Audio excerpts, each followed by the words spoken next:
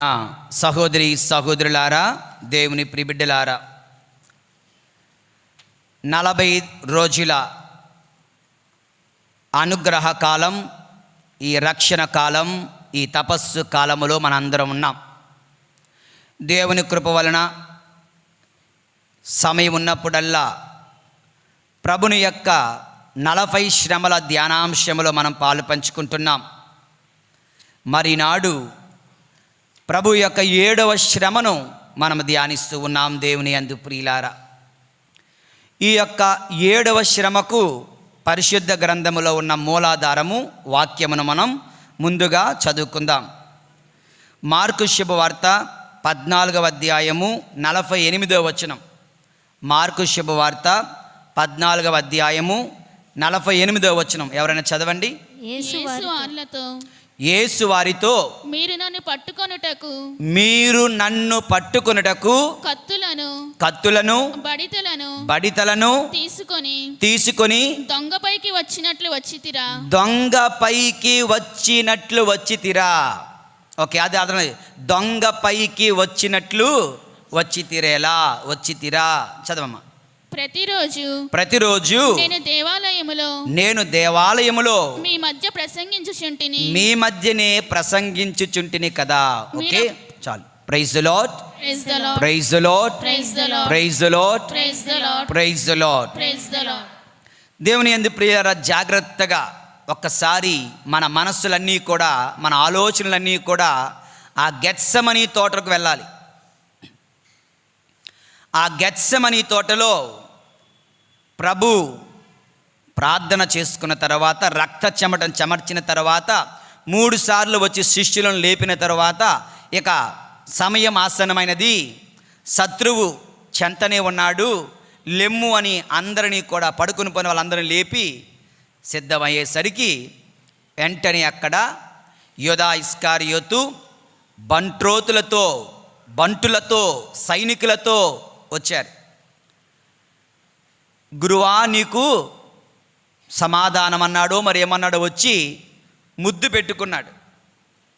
ప్రభు అంటున్నారు, ముద్దుతో నన్ను అప్పగించుచున్నావా అని. ప్రభు స్నేహితుడా, ఈ ముద్దుతో నన్ను అప్పగించున్నావా అని చెప్పగా, దేవుని యందు ప్రియులారా, ఆ బంట్రోతులందరూ కూడా ప్రభుని బంధించారు.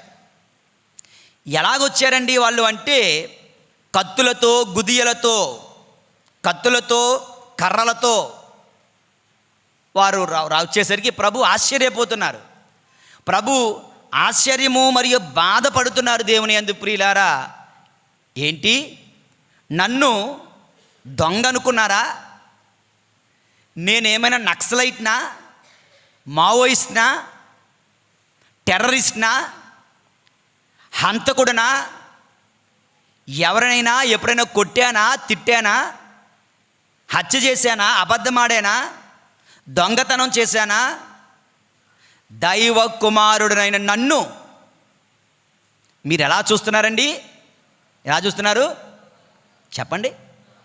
దొంగవలే, నక్సలైట్ వలే, హంతకుని వలే, ప్రమాదకరమైన మనిషి వలే, పట్టుకుంటే దొంగ వలే, పారిపోయిన వాని వలే నేను పారిపోతానా?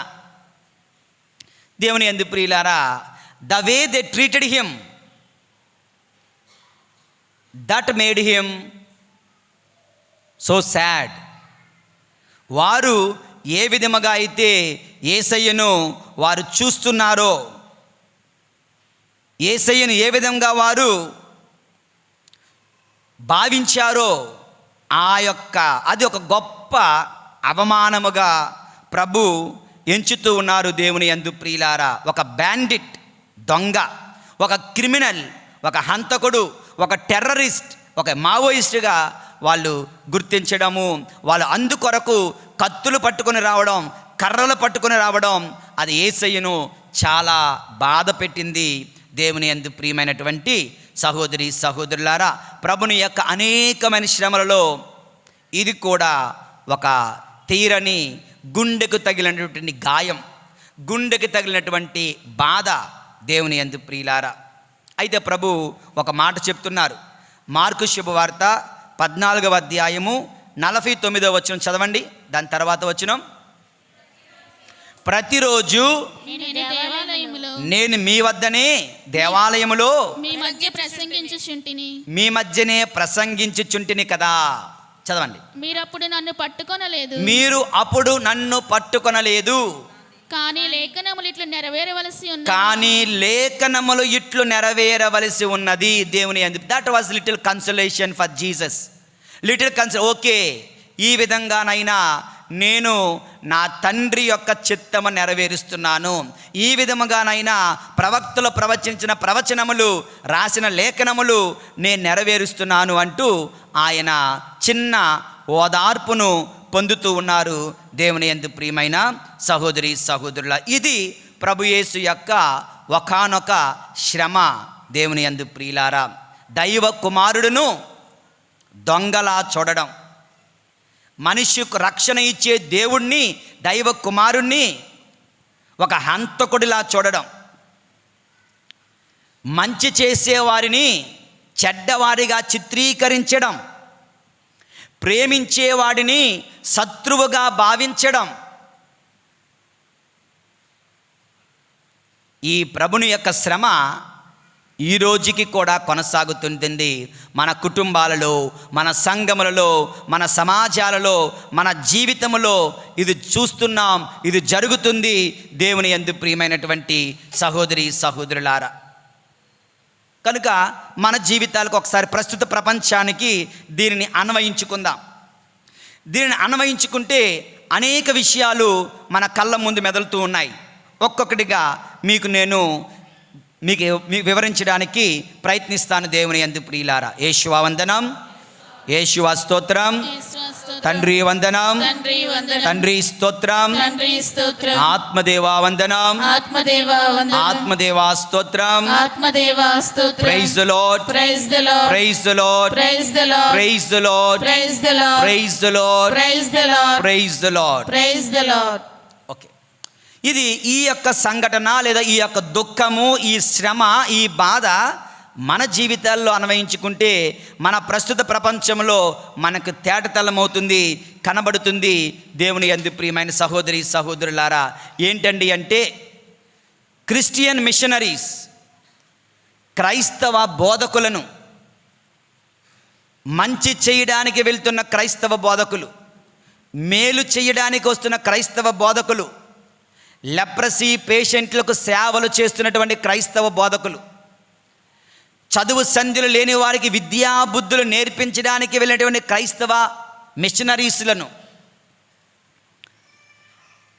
ట్రైబల్ లేదంటే కొండ జాతి ప్రజలకు వాళ్ళకు చట్టము తెలుసా, వాళ్లకు న్యాయము తెలుసా, వాళ్లకు ప్రభుత్వ రాయితీలు తెలుసా, వాళ్ళకు ప్రభుత్వ పథకాలు తెలుసా, వారిని అన్యాయముగా దోచేస్తున్నటువంటి రాజకీయ నాయకుల నుండి వారిని రక్షించడానికి, వారికి సేవ చేయడానికి వెళ్తున్నటువంటి క్రైస్తవ సేవకులను ఈ రోజున గవర్నమెంట్లు, ధనవంతులు, ల్యాండ్ లార్డ్స్ అంటారు, భూస్వాములు ఎలా చిత్రీకరిస్తున్నారు?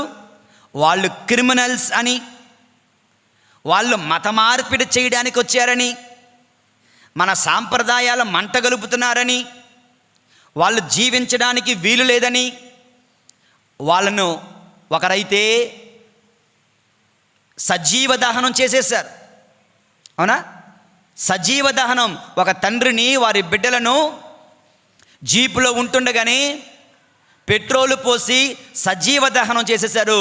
ఒక లెప్రసీ పేషెంట్లకు, ఆ యొక్క కొండ జాతి ప్రజలకు, లెప్రసీ ఏమంటుంది దాన్ని తెలుగులో, కుష్ఠరోగములకు సేవలు చేస్తున్నటువంటి ఆ యొక్క కుటుంబాన్ని అన్యాయముగా సజీవ దహనం చేసేశారు.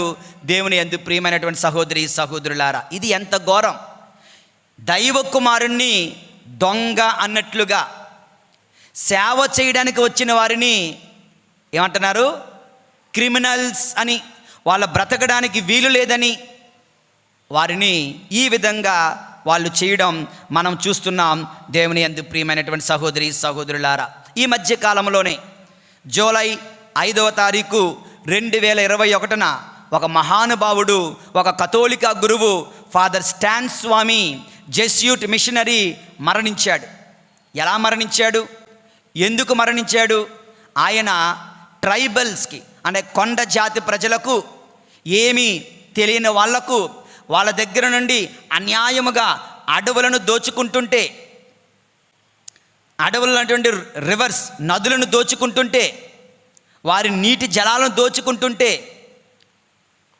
రాజకీయ నాయకులు లేదంటే భూస్వాములు ధనవంతులు వాళ్ళని దోచుకుంటుంటే వాళ్లకు చట్టాలు వివరిస్తూ, వాళ్లకు ఉత్తేజవంతులు చేస్తూ, చైతన్యవంతులు చేస్తూ పోరాటం చేయమండి, సుప్రీంకోర్టు మనకు న్యాయం చేస్తుంది, రాజకీయ నాయకులు మనకు అన్యాయం చేస్తే సుప్రీంకోర్టు మనకు న్యాయం చేస్తుంది అంటూ ఈ జెస్యూట్ గురువు, యేసు సభకు చెందిన గురువు వారితో ఉంటూ, వారి పక్షాన మాట్లాడుతూ, వారికి చైతన్యాన్ని కలిగిస్తూ వారి కొరకు పోరాటం చేస్తుంటే ఏం చేసింది government?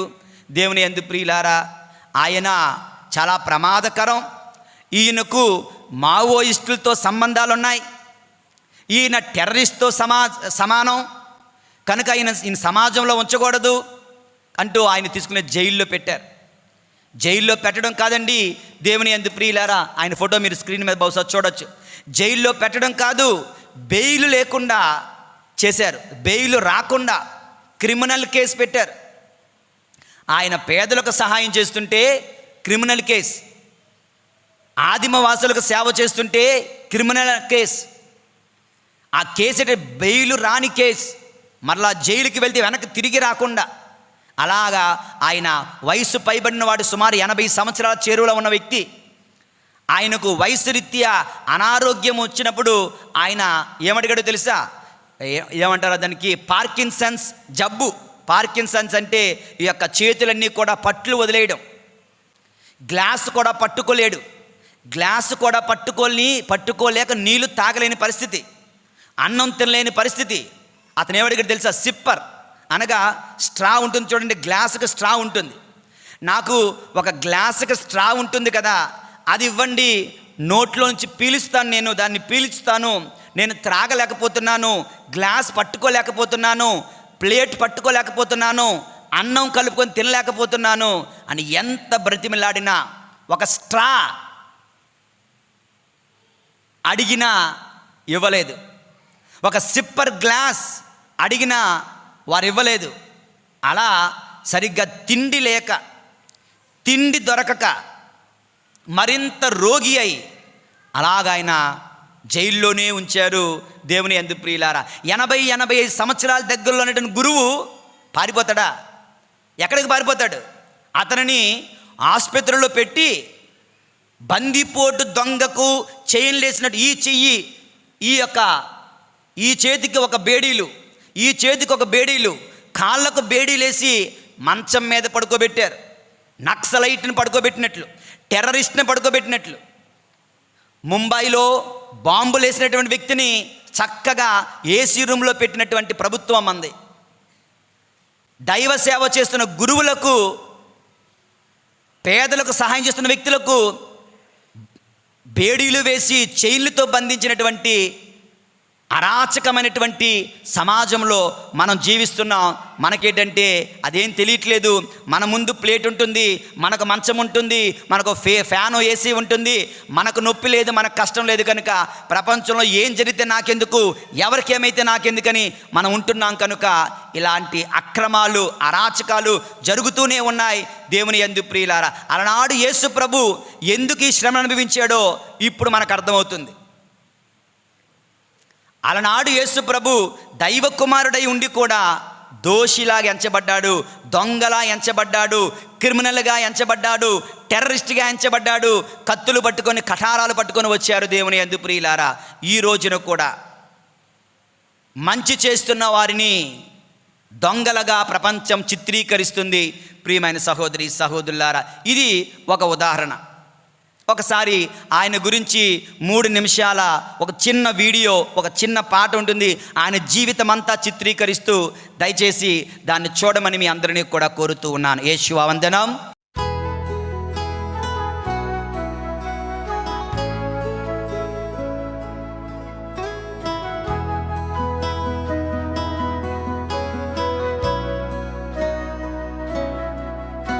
He once walked among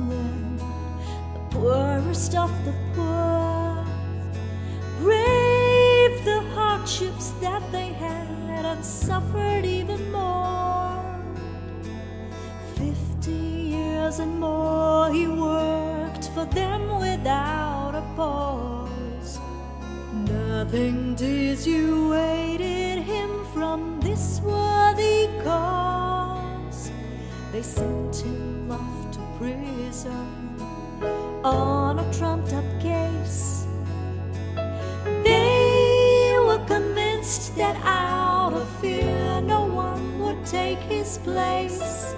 But the seed that he did sow is now just slowly going to grow. The truth will come to light of this injustice we know. And we know they sing his praises every day. A living saint among us, for his soul we pray. From their hearts and their grateful arms they snatched him away. He's watching over them from heaven every day.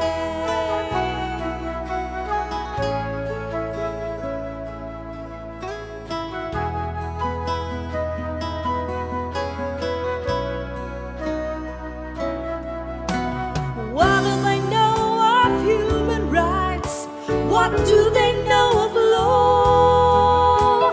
To end their troubled days and nights was what he was fighting for. He rose against injustice till they could take no more.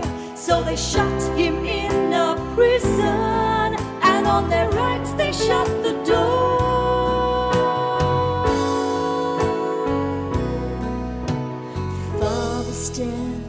He's the man, live on in every heart.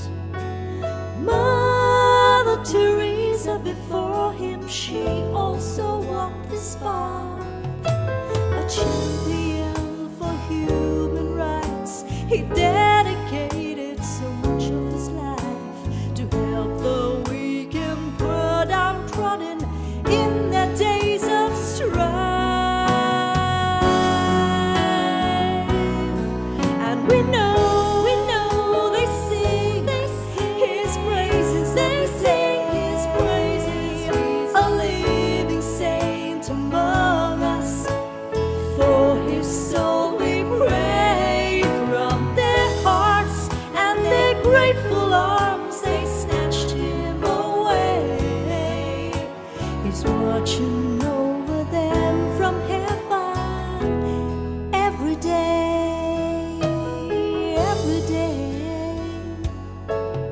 He's watching over them every day. నీకు కూడా వివరించారు, అది జాగ్రత్తగా మనం ఆలకిస్తే బాగుంటుంది. తర్వాత మన యొక్క ప్యారిష్ గ్రూపులో కూడా నేను దాన్ని పెడతాను. చక్కగా ధ్యానించడానికి, ఆలకించడానికి ప్రయత్నం చేయండి దేవుని యందు ప్రియులారా. ఇది ఈ మధ్య కాలంలో 2021లో జరిగినటువంటి సంఘటన. తర్వాత హాస్పిటల్ పెట్టిన తర్వాత కరోనా వచ్చి ఆయన మరణించాడు. ఏమన్నారు? కరోనా వల్ల చనిపోలేదు. అతనికి సరైనటువంటి ట్రీట్మెంట్ ఇవ్వక, సరైనటువంటి భోజనాన్ని అందించక, సహాయాన్ని అందించక ఒక క్రిమినల్గా అమాయకునైన గురువుని వారు చంపడం జరిగింది. దేవుని యందు ప్రియమైన సహోదరి సహోదరులారా, యేసు ప్రభు కలిగినటువంటి ఆ కష్టము, ఆ శ్రమ నేడు ఇప్పటికీ కూడా మనందరి జీవితాల్లో చూస్తూ ఉన్నాం. మరి ఎక్కడ జరుగుతుందంటే అది కంటిన్యూ అవుతుందని అర్థం. యేసు ప్రభు జీవితంలో, యేసు ప్రభు కూడా దేవుని యందు ప్రియులారా. రెండో ఉదాహరణ మన యొక్క FCC అమ్మగారైనటువంటి బ్లెస్సెడ్ సిస్టర్ రాణి మరియ అమ్మగారు 1995 25 ఫిబ్రవరి తారీఖున ఇండోర్ వెళ్ళడానికి ఒక బస్సు ఎక్కారు. ఆ బస్సు అమ్మగారులను ఎప్పుడూ కూడా ముందు కూర్చొనిస్తారు. కానీ వెనకాతలి బస్సు ఎక్కగానే డ్రైవర్ వెనకాతనటువంటి ఒక వ్యక్తి ఆమె దగ్గర బ్యాగ్ లాక్కున్నాడు. వెనక్కి వెళ్ళి కూర్చో అన్నాడు. చాలా వెరైటీగా ఉంది, విచిత్రంగా ఉంది అనుకున్నారు. కానీ వెనక్కి వెళ్ళి కూర్చున్నారు. బస్సు అలాగ వెళ్తుంది. అడవుల మధ్యకు వెళ్ళేసరికి బస్సు ఆపమన్నాడు ఒకతను. 3 దుండగులు అందులో ఉన్నారు. వాళ్ళ పేర్లు జీవన్ సింగ్, ధర్మేంద్ర, సముందర్ సింగ్. వీళ్ళ 3 కూడా బస్సు ఆపమన్నారు. అడవి మధ్యలో ఆపిన తర్వాత ముందుకు వెళ్ళి కొబ్బరికాయ కొట్టారు. కొబ్బరికాయ ఎందుకు కొడతాం? ఒక శుభకార్యం చేసినప్పుడు, ఒక మంచి కార్యం చేసినప్పుడు కదా. కొబ్బరికాయ కొట్టి వాళ్ళ దేవతను మొక్కుకొని ఆ కొబ్బరి మొక్కలు తీసుకొని అందరికీ పంచారు. కొబ్బరి మొక్కలు ప్రసాదంలాగా. రాణి మరీ దగ్గరికి వచ్చినప్పుడు కూడా సిస్టర్ గారి దగ్గరికి వచ్చేలాగా ఇచ్చి మళ్ళీ వెనక్కి లాక్కున్నారు వెక్కిరించినట్లుగా. అంటే అమ్మగారు అన్నారంటే, ఏంటి ఈరోజు చాలా ఆనందంగా ఉన్నావు, ఎందుకని అని అడిగారట. ఎందుకో చెబుతాను ఆగు అని చెప్పి కొబ్బరి మొక్క అందరికీ కూడా పంచి ఇచ్చి అతని దగ్గర ఉన్న కత్తిని తీసుకొని డైరెక్ట్గా ఆ కుర్చీ సీట్లో కూర్చున్న అమ్మగారి కడుపులో పొడవడం జరిగింది. ఒకసారి కాదు, 40 సార్లు ఆమెను పొడిచి సుమారు 14 భయంకరమైనటువంటి గాయాలు, 40 మేజర్ ఇంజ్యూరీస్తో ఆమెను పోస్ట్ మార్టంలో తేలింది. 40 సార్లు ఆ దొండగడు ఆమెను పొడవడం జరిగింది. అందరూ బస్సులో చాలామంది ఉన్నారు, ఎవరూ కూడా ఆమెకు సహాయం చేయడానికి రాలేదు. దేవుని యందు ప్రియులారా, తీరా ఆమె చేసిన తప్పేంటి? మధ్యన ఆవిడ గురించి ఒక మంచి మూవీ కూడా, కేరళలో ఒక మంచి మూవీ కూడా వచ్చింది. అది తప్పకుండా మనందరం కూడా చూడాలి. ఎందుకంటే ఒక ల్యాండ్ లార్డ్స్, భూస్వాములు, ధనవంతులు పేదలకు వడ్డీలకి డబ్బులు ఇస్తారు. ఓకే, వడ్డీలు ఎంత కట్టినా ఇంకా చక్రవడ్డీ, బారు వడ్డీ, నీ అప్పు తీరలేదు, నీ అప్పు తీరలేదు, నీ అప్పు తీరలేదు వాళ్ళ దగ్గర సంవత్సరాల పొడవునా వసూలు చేస్తూనే ఉన్నారు. అమ్మగారు సోషల్ సర్వీస్ సేవలో అక్కడికి వెళ్ళి, ఇది అన్యాయం, వాళ్ళ అప్పు ఎప్పుడో తీరిపోయింది, మీరు అన్యాయంగా వాళ్ళ దగ్గర మీరు డబ్బులు వసూలు చేస్తున్నారు, అసలు మీ దగ్గర ఎందుకు అప్పు తీసుకోవాలి? గవర్నమెంటు డ్వాక్రా రుణాలు, ఈ 0 వడ్డీ రుణాలు, పావుల వడ్డీ రుణాలు ఇస్తుంది కదా, పోస్ట్ ఆఫీసులో తీసుకుంటాం, గవర్నమెంట్ దగ్గర తీసుకుంటాం, మీ దగ్గర ఎందుకు తీసుకోవాలి అంటూ ప్రజలకు ఇవన్నిటినీ కూడా గవర్నమెంట్ పథకాలను ఎక్స్ప్లెయిన్ చేస్తూ వారికి చైతన్యం కలిగిస్తుండగా ఈ భూస్వాములందరూ కూడా ఈమె వలన మన వ్యాపారాలు దెబ్బతింటున్నాయి కనుక ఈమెను ఏదో ఒకటి చేయాలి అని చెప్తూ వీళ్ళ ముగ్గురికి కూడా దాన్ని ఏమంటారు, కిరాయికి దాన్ని ఏమంటారు, చంపమని ఇవ్వడాన్ని ఏమంటారు, చంపమని చెప్పడానికి ఒక డ్యూటీ లాగా ఇచ్చి వాళ్ళకి డబ్బులు ఇచ్చి ఈ విధంగా దేవుని యందు ప్రియులారా ఆమెను చంపించారు. మంచి చేస్తున్న అమ్మగారిని మరలా ఏమన్నారంటే, మత మార్పిడి చేయడానికి వచ్చావా, అది మేము జరగనివ్వము అన్న సాకుతో ఆమెను చంపినట్లుగా వాళ్ళు చూస్తున్నారు. నిజానికి మత మార్పిడి కాదు, డబ్బుల విషయంలో వారి వ్యాపారాలు దెబ్బతింటున్నాయని దేవుని యందు ప్రియులారా. మంచి చేయడానికి వచ్చిన యేసయ్యకు, రక్షణ ఇవ్వడానికి వచ్చిన యేసయ్యకు దొంగలాగా చూసినట్లుగా గురువులను దొంగలాగా చూస్తున్నారు, అమ్మగారులను దొంగలాగా చూస్తున్నారు. మదర్ తెరేసా 3వ ఉదాహరణ. మదర్ తెరేసా ఎందరికో సేవలు చేస్తుంటే మదర్ తెరేసాను కూడా మత మార్పులు చేస్తుంది ఈవిడ వల్ల హిందూ మతం నాశనం అయిపోతుంది, క్రైస్తవులు పెరిగిపోతున్నారు అంటూ ఆమెను వెళ్ళగొట్టడానికి చూశారు. దేవుని యందు ప్రియమైన సహోదరి సహోదరులారా, స్టాన్ స్వామి మాత్రమే కాదు, రాణి మరియా అమ్మగారు మాత్రమే కాదు, మదర్ తెరేసా మాత్రమే కాదు, ఇంకా ఎందరో యేసు ప్రభు వలె ఇటువంటి శ్రమలు పొందుతున్నారు. ఇక 3 ఉదాహరణలు చెప్పాను. ఇప్పుడు మన కుటుంబ జీవితాలను కొద్దాం. ఇదే యేసు ప్రభు శ్రమలు మన కుటుంబాలలో కూడా మనకు కనిపిస్తున్నాయి. దేవుని యందు ప్రియులారా, ఏంటో తెలుసా? ముఖ్యంగా తల్లిదండ్రుల జీవితాలలో, పిల్లల విషయంలో ముఖ్యంగా పిల్లలు చాలాసార్లు ఈ మధ్యకాలంలో చూస్తూ ఉన్నాను. ఎవరో ఒకరు ఈ మధ్యకాలంలో ఒకరు చెప్తే విన్నాను. ఆ పిల్లవాడు అడుగుతున్నాడంట, నువ్వేం చేసావు నాకు, ఏమిచ్చావు నాకు, ఈ పేదరికాన్ని నాకు ఇచ్చావా, ఎప్పుడు ఏమీ లేనితనం నాకు ఇచ్చావా, ఐశ్వర్యాన్ని ఇవ్వలేదు, కారు ఇవ్వలేదు, అది ఇవ్వలేదు, ఇది ఇవ్వలేదు అంటూ దేవుని యందు ప్రియులారా తల్లిదండ్రులను ప్రశ్నించడం, తల్లిదండ్రుల మీద చేతులు వేయడం, తల్లిదండ్రుల మీద చేతులు చేసుకోవడం, యవ్వన బిడ్డలు కూడా ఇటువంటి పాపములో చేస్తుండగా ఆ తల్లిదండ్రులు ఈ పిల్లల కోసం ఎన్నో చేశాం, ఈరోజు ఏం చేస్తున్నారు? పిల్లల దగ్గర నుంచి తల్లిదండ్రులు భయంకరమైనటువంటి మాటలు వినాల్సి వస్తుంది. దేవుని యందు ప్రియులారా, తల్లిదండ్రులను దొంగలాగా చూస్తున్నారు, తల్లిదండ్రులను అన్యాయం చేసిన వారిలాగా చూస్తున్నటువంటి పిల్లలు ఈ లోకంలో మనకున్నారు. దేవుని యందు ప్రియులారా, ఏమిచ్చారు, ఏం చేశారు అని చెప్పి వాళ్ళు ఎన్నో త్యాగాలు చేశారు వీళ్ళు పసిబిడ్డలుగా ఉన్నప్పుడు.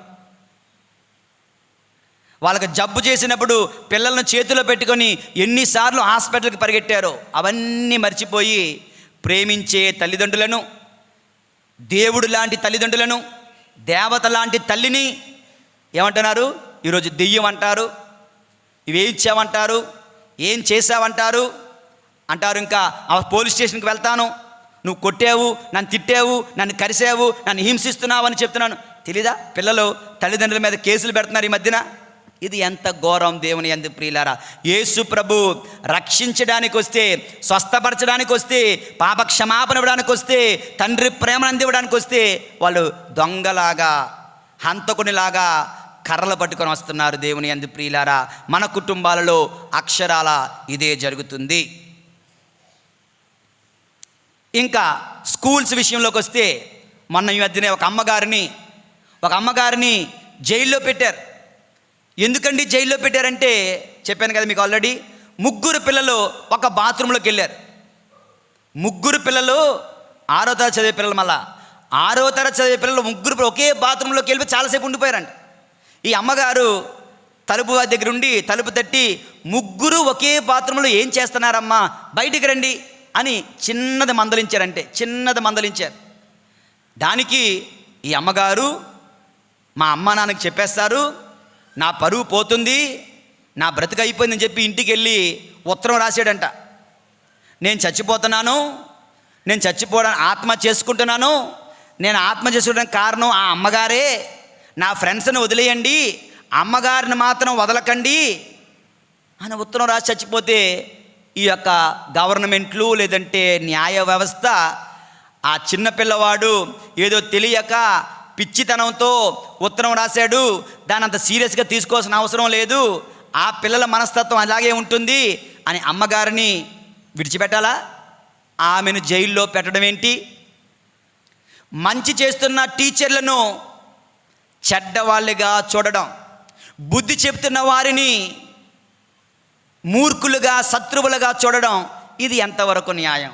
ఎన్నో సంవత్సరం అంతా విద్యాబుద్ధి నేర్పిన తర్వాత నువ్వు నాకేం చెప్పలేదు, నువ్వు నాకేం నేర్పించలేదు అంటున్నటువంటి వ్యక్తులను మనం చూడటం లేదా? దేవుని యందు ప్రియులారా, ఇది 2వ ఉదాహరణ. 3వ ఉదాహరణ